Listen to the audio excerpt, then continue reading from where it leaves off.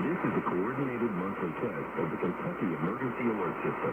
In cooperation with federal, state, and local officials, broadcasters are testing equipment to make sure that you are quickly warned in the event of an emergency. This has been a required monthly test of the EAS network.